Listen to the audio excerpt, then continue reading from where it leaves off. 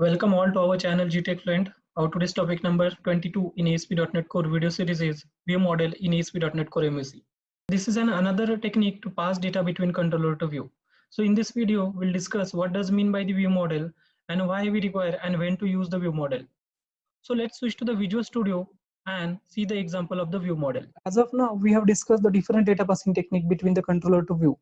For example, view data, view bag, and the strongly type view.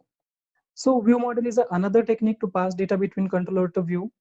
ViewModel is nothing but the class which is work similar as a strongly type view. So the ViewModel is a model which has a more than one model data property that is required for the particular view, and this is called as a ViewModel. Let's take an example. As of now, we have displayed a student information in our application in the details view. Now we got a requirement or we want to display the address details for the particular student. So in this case, we required two models, one for the student and another for the student address. So the student model contains the information of the student data or the student information, and the address model store the information of the address data. Now, if you take a look of the view, we are using the student model class to display the student data. And now we need the student information as well as the address information. To achieve this, we need to create another model which is called the student view model, which contains the student information as well as the address information. So first, let's create the address model in our application. Right click on the model, click on the class, give the name student address. So we require the properties. To add the properties faster, use the prop, tap. We require the ID of the student address. We require the ID of the student, which is the reference from the student table.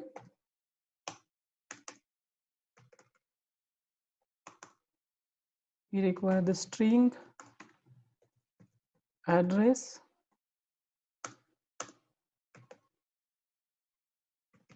We require the city and we require the pin code.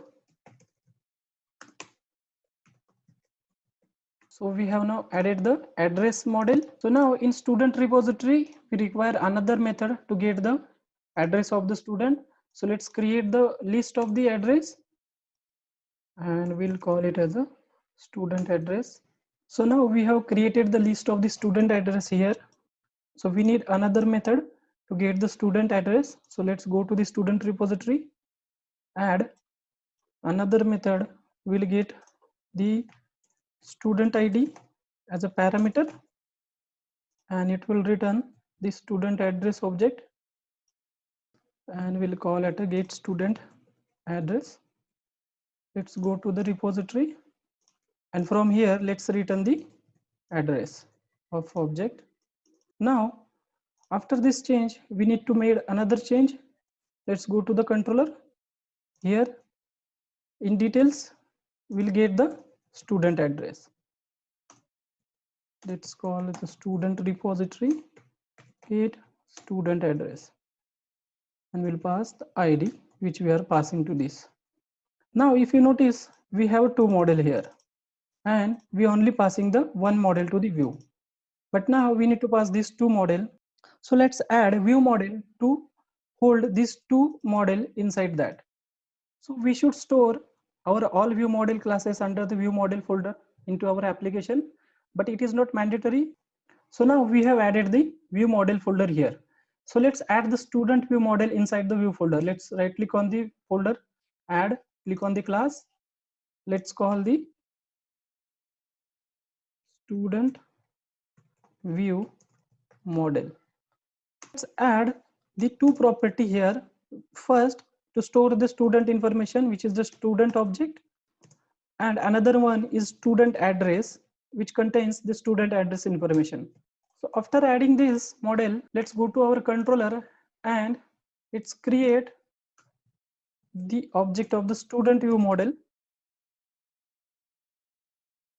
So now we need to make the change, assign the property of the student view model of the student and address for the student view of the student address. Another change is like we need to pass student view model instead of the student model. So let's pass the student view model to the view. Now, one more change we need to make into the view is, if you look at the view, we have used student class. Now we need to use the student view model. So let's change to the student view model. So another change we need to make is model.student.name. We need to access like this. So let's make the change for all. So now we require the address to be shown. So let's add address below of this and we'll call it as a address, and from student address we'll get the student address detail. So student address dot, we'll call it the address. We require the city, we require the pin code. Okay, so after this change, let's run and see and navigate to the student/detail/1. Look, we are getting the address data.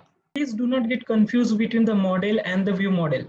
So both work as the same, but in some case we need to pass the combination of the model data. In that case, we need to use the student model. So it's totally depends on you how you call into your application. But if you have got this question into the interview, please keep in mind the view model contains the multiple model information that required for the particular view. So now you are able to understand what is meant by the view model in ASP.NET Core MVC. So please let us know if anyone has any query or doubt. We will meet in our next video. Thank you.